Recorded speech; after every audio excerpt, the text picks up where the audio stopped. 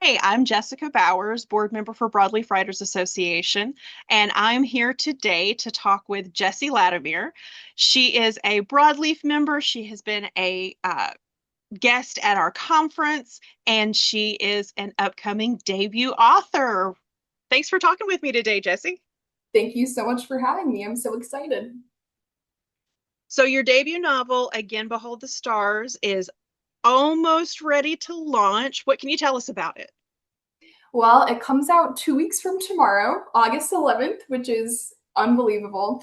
But it is a young adult fantasy. If you're going to get really into the weeds, I would call it a meta fantasy. But young adult fantasy would be the broad genre. And it follows 17-year-old Rigby Rhymes, who travels inside of her favorite book and tries to change the ending, only to accidentally reveal to the villain that he is a fictional character fated to die at the end. And obviously, he's not happy about that. So she ends up teaming up with the villain, and he has to try to find a way to become a hero to change his fate and not die at the end. Oh, wow. Okay. Yeah, I could see where it would cause an existential crisis to suddenly Yeah. find out that not only are you the official bad guy, but your time is limited. Yes, yeah, he freaks out, and I think it's totally justified. I love him. So, where did you get your inspiration for the title? So the line "Again Behold the Stars" is a translation of a line from the end of Dante's Inferno. And Inferno was a big source of inspiration for me as I wrote this book. The kind of mega villains, because of course our villain ends up becoming a good guy by the end. So our true villains in this story, yeah, don't tell anybody. Our true villains in this story are these embodiments of the seven deadly sins who roam around the universe on their motorcycles. They are a motorcycle gang with matching leather jackets. And they are basically seeking to destroy all happy endings in the universe, real and fictional. So Oh, I've obviously, with the seven deadly sins, pulled a lot of inspiration from Dante's Inferno. Um, and I just love that line at the end of Inferno when Dante and Virgil are coming up out of hell. They've been surrounded by all of this darkness and all of this hopelessness, almost to the point that they've forgotten that the real world exists and that the light above exists. And they finally come up out of hell and they can see the stars again. They can see the sun about to rise. And I think the actual uh, fancier translation is "Thence we came forth to re-behold the stars," but it's very that's a hard frequently, title. yeah, that wasn't really catchy for the teens. So another more modern translation is "Again Behold the Stars," and I just love that line because with my characters, especially this villain who becomes a hero, he is surrounded by what feels like just overwhelming darkness and overwhelming odds, and it feels so hopeless. But then, spoiler alert, it ends pretty decently for him. And he comes up out of that darkness. And I just love that the sense that that line invokes of remembering that light is real and remembering that the light will win in the end. So, yeah, there's a big backstory to the title that people always ask about because it is kind of an interesting one. Oh, that's beautiful. I love it. I love Dante's Inferno. So, I think I know the answer to this, given some of your other answers, but who was your favorite character in your novel? And I know it's like a horrible thing to ask any Yes, author, but I'm that's a asking mean it. question. Well, Very rude, but I'm asking it. I do love the villain. His name is Wick. So he's the fictional villain who Rigby accidentally reels, "Hey, you're fictional and you're gonna die at the end." And I just have a soft spot for him because the odds are so stacked against him. Everybody loves an underdog. I love an underdog, Yeah. and I love his journey of course, like finding out that I mean, how would you feel if you found out that your whole life had been written for you, and that you had done some terrible things, but that it hadn't even been in your control, and you were supposed to do more terrible things and you had to fight to not do them. So I just have a soft spot for him, and I just love his journey of course, anger and like denial at first of realizing this is his existence, to going to, okay, well, I'm going to fight this as hard as I can. And even if it costs me everything, even if it costs me my life, I'm not going to be this person that I was written to be. I'm not going to be the person that everybody says I have to be just because that's what others are expecting of me. So definitely have a soft spot for him. I like it. So I love because this could have gone differently for him. Instead Yeah. of kind of going on that journey, he could have been like, all right, fine. I'm the bad guy then. And it could have gotten a lot worse. Well, it's interesting because the inverse also happens in the book. So the fictional hero of the original story that Rigby kind of breaks into, his name is Chance Golden, and he is this stereotypical perfect fictional man, right? The golden boy. Literally, Quite yes, no, it's literally. a very obvious name. Um, and when things kind of go off the rails and the characters stop having to follow the plot of the story, Chance is like very happy to find out that he is the hero of this story. He's like, well, of course I Well, am. Who yeah. else would it be? And but then as things start to actually be challenging for the first time in his life, and Chance is faced with truly having to be good and not just having goodness thrust upon him, he kind of starts to realize he's not a hero after all. He starts to become a little bit of Oh, an anti-hero. And I kind of enjoy that inverse situation. So I like both of those characters a lot and the journeys that they go on. I love this theme of like fate, but then anti-fate, where Yeah, they had to be this certain way, but then they didn't, and kind of yeah, that chaos that would cause. That's yep. really To cool. any of us. So, where did you start on this writing journey? Because you've been really going through this story for a while now, and you've gone on quite almost the same epic adventure as your characters. Oh my gosh, you are not kidding. So, the first draft of this book, I actually started writing when I was 16 years old. I was a junior in high school. So Oh now wow. I'm 28 when the book is coming out in 2 weeks. And so it will literally have been a journey of 12 years. So, to like young writers who might be watching this, everybody tells you, oh, you'll never publish the stuff that you wrote when you were young, and let those stories go. I say if you have a story that's really sticking with you, just keep rewriting it until you're a good enough writer to get it published, because this is the story that's been with me that whole time. Anyway, that was a rabbit trail.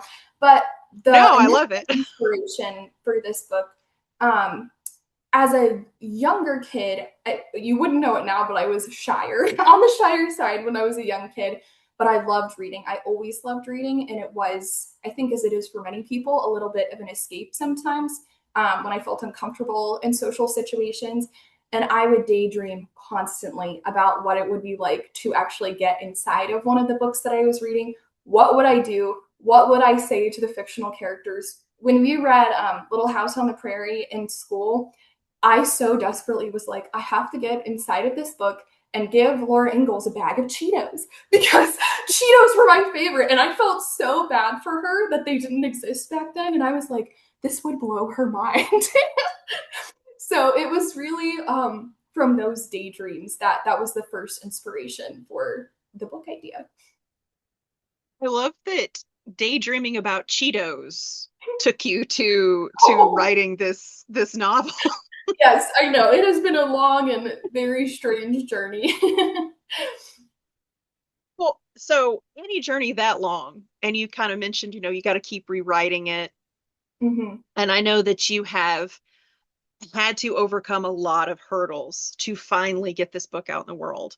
Yeah. And that can be it's such a deterrent for a lot of writers. They just give up eventually because it can be hard. And you've persevered over a decade. So what are some of the hurdles that you ran into and how did you overcome those? There were a lot. I would need to think back on that. Um, You could probably list, yeah, more than every circle of hell. Like, I can at least definitely tell you three or four off the top of my head. But one was I wanted to do something kind of different and interesting with the structure of this book, which will become very obvious as soon as you start reading it from the first page. I love books that have unique structure, unique narration. Um, and one of the things that I really wanted to do with this book was have an alternate ending, almost like a choose your own adventure situation. Sorry, this is a bit of a spoiler, but no, no, no, not let's not go. too. I'm invested. And that was really hard.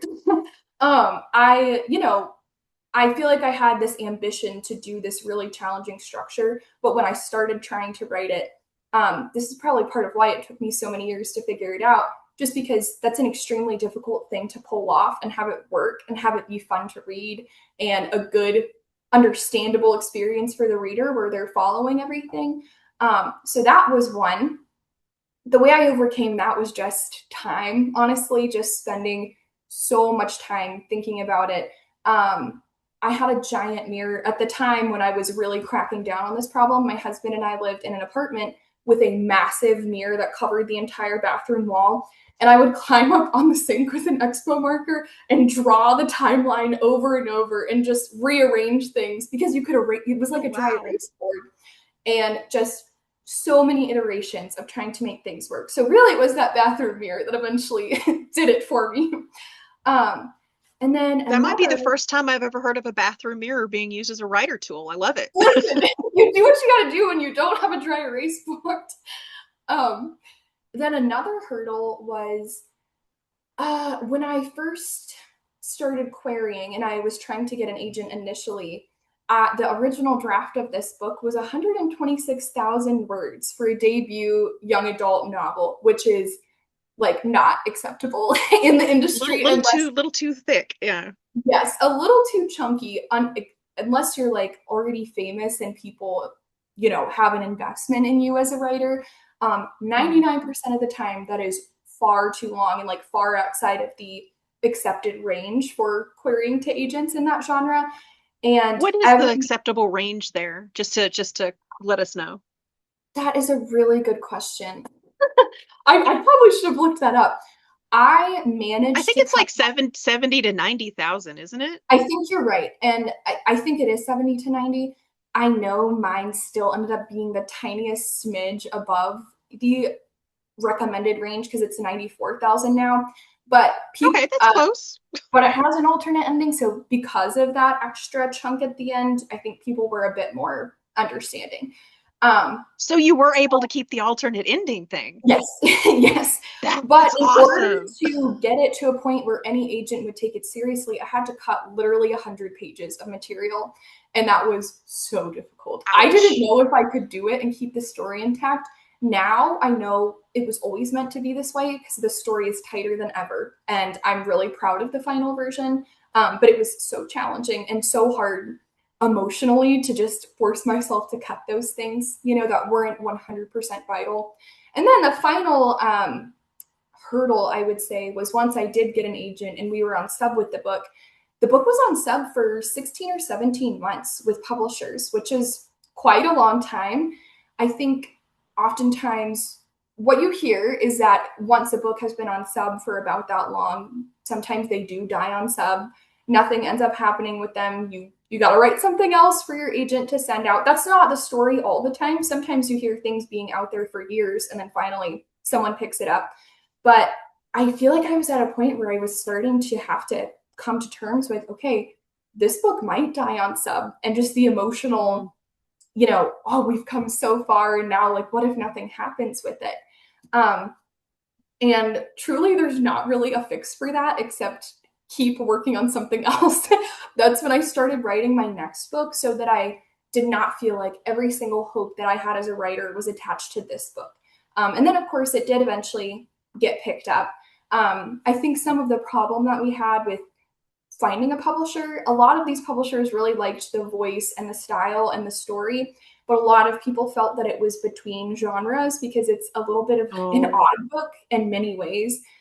Like there are these religious elements, but it's not like an overtly religious or Christian book. It's just that when you have the seven deadly sins and you have like an angel appearing to oh, someone, people are automatically going to think certain things, but then Christian publishers a lot of times were like, this is crazy, you know what I mean?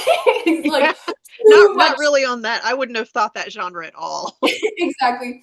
So I think a lot of publishers felt they weren't sure how to position it, even if they liked it and they liked the voice of it. Um, but yeah, I would say the best cure for that is to just keep working on something else in the meantime. And I think too, we're seeing more and more of those kind of cross genre books or maybe books that don't cleanly fit in one genre or another, Mhm. which does make it tricky when you're a publisher or when you're trying to put the on a Yeah. bookshelf at a bookstore. But I think readers are really invested in that because it gives them a mix of some of the familiarity from multiple genres, and they won't get so maybe bored with seeing the same things over and over again. So, I there's agree with pluses to that. having that kind of work. And that's what I like to read are interesting things that kind of blur the lines between categories. So I'm with you. I think there is an audience for it, and the audience is me. But I think other people are into it too. So I appreciate that. Well, there's a lot of wisdom in the saying, write what you want to read, Mhm. because then you get excited for it, and that comes through, and you'll attract your readership. You'll attract more readers like you. That's So, right. so now you and I have both been in Broadleaf and around Zach Steele quite a bit, and we have both heard him say, I could probably say this in my sleep, that writing is a solitary act, but we Yeah. don't have to go it alone. And uh, that to me has resonated on so many levels. It's probably one of the reasons why I've enjoyed being part of Broadleaf and connecting with people, Mhm. because it did make me feel less alone. Yeah. How has that networking and community benefited you as you went on this 12-year epic adventure to get your book published? Oh my goodness. There are so many ways I could answer this question and so many people I could point to because that this is why if you ever read my book, the acknowledgments are like 87 million pages long because there are so many people for me to acknowledge. Like I really would not be in the position I'm in without my writing community and just life community. But to talk specifically about a few people, I would say Broadleaf has been an amazing source of community for me. When I first attended, it was when I was a querying author. That was my first writing conference ever. And then a year or so later, I ran into Zach at, I think it was at an author event at Reinhardt, I want to say. And I had not spoken to him before, but I was like, hey, I think you ran this conference that I attended. And long story short, the advice that I got there resulted in me getting an agent. So thank you. And he was like, well, why don't you come speak at Broadleaf? So then I got kind of re-plugged into the Broadleaf community, which has just been so sweet because everyone is so supportive. Everybody is like very willing to share your stuff on social media and like blast this out to more people than would ordinarily be putting eyes on my book. So I'm very, very thankful for that and that sense of community. Um, I also think I'm very, very blessed with my agent because she is very intentional. Her name is Kristen Tourette. I just love her. She's been on panels at Broadleaf before, but she is so intentional to build a team of clients and really like get us connected with each other, whether that's over social media or Slack, and help us organize being beta readers for each other, helping us like find ways we can support each other on social media. So many of us have become actual friends online and in real life, and it doesn't feel like I think oftentimes in the arts, people can start to feel like it's this breakneck competition and, you know, Mm. you can't trust anybody because everybody's competing against one another. But it is so nice to have this community of people that I can call or voice memo and say, hey, I'm really stuck here. I loved your book. What would you do in this situation? And get some really solid advice. So I'm really thankful to her for fostering that community. That has really helped me as I've been editing my second book because there's more romance in that book. And I have not written very much romance in the past, but a lot of these gals have. And they've been able to give me some really good pointers on making things not awkward. Um, so, yeah, I think I have just been especially blessed with the amount of people who are intentional to build community like that in my life. Give us a shout out for the agency that Kristen Tourette is with, and then the publisher that ultimately picked your book up. Oh, yes. Okay. So Kristen is with Martin Literary Management. They just changed their name because it became a co-owned um, agency. I want to Okay. say it's like MLMN now. There's another letter in there, but it was Martin Literary. Now there's another last name in there somewhere.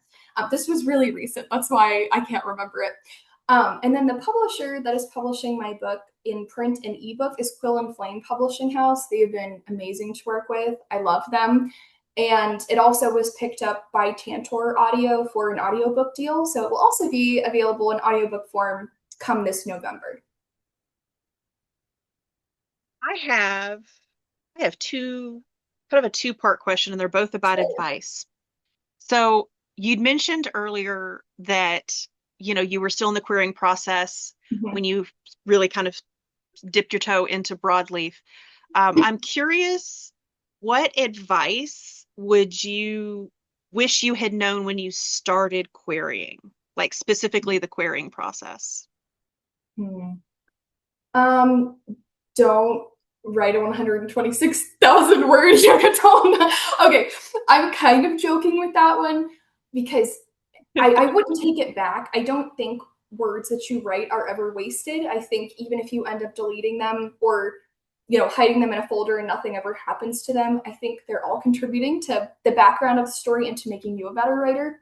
So I wouldn't actually take it back, but moving forward and just for people who are coming into writing for the first time, I would say if you want to traditionally publish, especially, please look up the genre guidelines for word count and other things like that so that you're not automatically excluding yourself from getting an agent or finding a traditional publisher if you want that by having a severely like way out there word count or way under word count that's going to automatically make agents not consider your book. Unfortunately, that's just the reality of the industry most of the time. So I would definitely tell myself, hey, maybe you should look up how the publishing world actually works, and not just assume that they're going to want this like 500-page book from this no name person. Um, and I would Well, I also think say, oh, go ahead. I think there is something to be said for having that extra material. Maybe Yeah. it didn't make it into the book, and of course you want to avoid any major crazy spoilers that would ruin the book for anybody, but there's probably some nuggets in there that you can pull Yeah. out as little short stories or Easter eggs or something that you can use as part of the marketing for the book itself. So that's just one Yeah. idea for how you can maybe not completely lose all of those pages that you had to put aside. Yeah, I think there is that. Like I could definitely do that with newsletter subscribers. And it also just helped me get to know those characters 100 pages better than I used to. Mhm. Um, and probably the other piece of advice I would give myself with querying is don't be afraid of the weirdness of your book or the quirks of it. If those are things that you love, you can push those things as strengths. Say, hey, this is what I did and I'm proud of it. You don't need to try to like minimize that, because the right agent is going to look at those weird parts about your book and be like, oh my gosh, this is my dream book. Like Marcus Zusak narrating his book with death. You know what I'm saying? But that's the best part of that book. That's what you remember about the book thief is this crazy, super unique narration. So I would say if there's something you love about your book, even if it's atypical, just be proud of what it is and share it for what it is, and the right person will connect with that and want it. I absolutely love that. I love it. So, what would now you, what advice would now you give to that 16-year-old that Hmm. was just starting out with this story? What did she need to hear? Hmm. I would say number one, get connected to a writing community earlier because I think that would have encouraged me so much as a teen writer. And I think I would have learned a lot faster rather than just being on my own with no one to like read over the things I was writing or critique them. I finally started to grow so much as a writer and have my skill level get closer to my ambition level once I got into college and into some creative writing classes and could really get feedback on my work. So I would say even if it's just like a teen writing club at your local library, get plugged into something because I think I could have written a much better book much faster if I'd had, support, but also feedback from other people. That's how we learn as writers. Like Zach says, it doesn't have to be this lonely venture. So I would say to get community, and then also to continue, which I did, but I would just emphasize to myself read the stuff that you want to sound like. Read the books that you admire and the types of book that you're trying to write, and just read them over and over and study them and figure out, how did this author do this? Like, how did he pull off this crazy narration? How did she pull off, this funky structure? And try to really put into words how they did that. And then start practicing those things in your own writing. Nice. Yeah, I think clearly you didn't get deterred. I'm sure there were moments.